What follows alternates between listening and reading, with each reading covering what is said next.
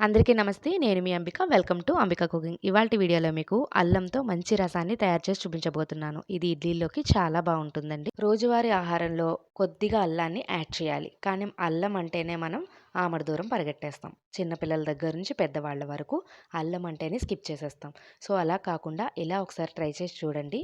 Every year చలికాలంలో తప్పకుండా నేను వీక్లీ వన్స్ అయినా ఈ అల్లం రసాన్ని ట్రై చేస్తాను. సో, మీరు కూడా ట్రై చేయండి. సో, లేట్ చేయకుండా ఈ అల్లం రసాన్ని ఎలా తయారు చేసుకోవాలో ఇప్పుడు ఈ వీడియోలో చూసేద్దాం. దీనికోసం ముందుగా కొద్దిగా అల్లాన్ని తీసుకోవాలి. అంటే ఇక్కడ నేను గ్రామ్స్‌లో వచ్చేసి 150 గ్రామ్స్ వరకు అల్లాన్ని తీసుకుంటున్నాను.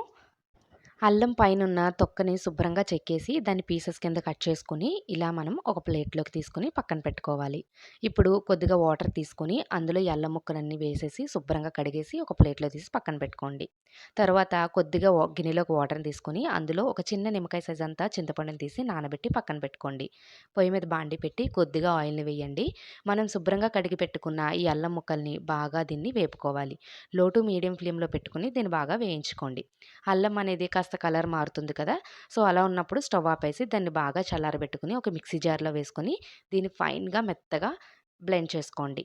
ఇలా బ్లెండ్ చేసుకున్న పేస్ట్‌ని పక్కన పెట్టుకుందాము. ఇప్పుడు అదే గిన్నెలోని కొద్దిగా ఆయిల్ వేసుకుందాము. అందులో కొద్దిగా కరివేపాకు, ఎండుమిర్చి, పచ్చిశనగపప్పుని వేసుకొని బాగా వేయించుకోవాలి. దీన్ని ఒక గిన్నెలోకి తీసుకొని పక్కన పెట్టుకుందాము. ఇప్పుడు అదే కడాయిలోని 150 గ్రామ్స్ అల్లానికి హాఫ్ లీటర్ వరకు వాటర్ సరిపోతుంది.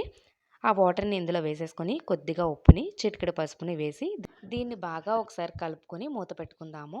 ఇది కాస్త పొంగొచ్చేంత వరకు మరిగించుకోవాలి. ఇలా మరిగిన దాంట్లో మనం ఆల్రెడీ పేస్ట్ చేసి పెట్టుకున్న ఈ అల్లం పేస్ట్‌ని వేసి ఒకసారి బాగా కలుపుకోవాలి. తర్వాత మనం ముందుగా నానబెట్టి పెట్టుకున్న చింతపండుని గుజ్జులా తీసి ఇందులో యాడ్ చేసుకోవాలి. తర్వాత ఒకసారి బాగా కలుపుకుందాము. ఇందులో కారానికి తగ్గట్టుగా 4, 5 పచ్చిమిర్చి ఇలా పొడవుగా కట్ చేసి ఇందులో వేసుకుందాం. అలాగే ఈ మరుగుతున్న అల్లం రసంలో ఒక 2 చిన్న చిన్న పీసెస్ బెల్లం ముక్కల్ని వేసి బాగా మరగబెట్టాలి. అల్లం ఎంత మరిగితే అంత టేస్ట్ వస్తుందండి. తర్వాత పోపును కూడా వేసేసి ఒక్క 5 మినిట్స్ మరగబెట్టి స్టవ్ ఆపేసి మూత పెట్టేసేయండి. అంతే, వేడివేడిగా అల్లం రసం అయితే రెడీ అయిపోయింది. సో, వేడివేడిగా ఇడ్లీలోకి ఈ చలికాలంలో ట్రై చేయండి. చాలా చాలా చాలా బావుంటుంది. సో, ఈ వీడియో మీకు నచ్చితే తప్పకుండా మీ ఫ్రెండ్స్ అండ్ రిలేటివ్స్‌కి షేర్ చేయండి. సబ్స్క్రైబ్ చేయడం మర్చిపోవద్దు.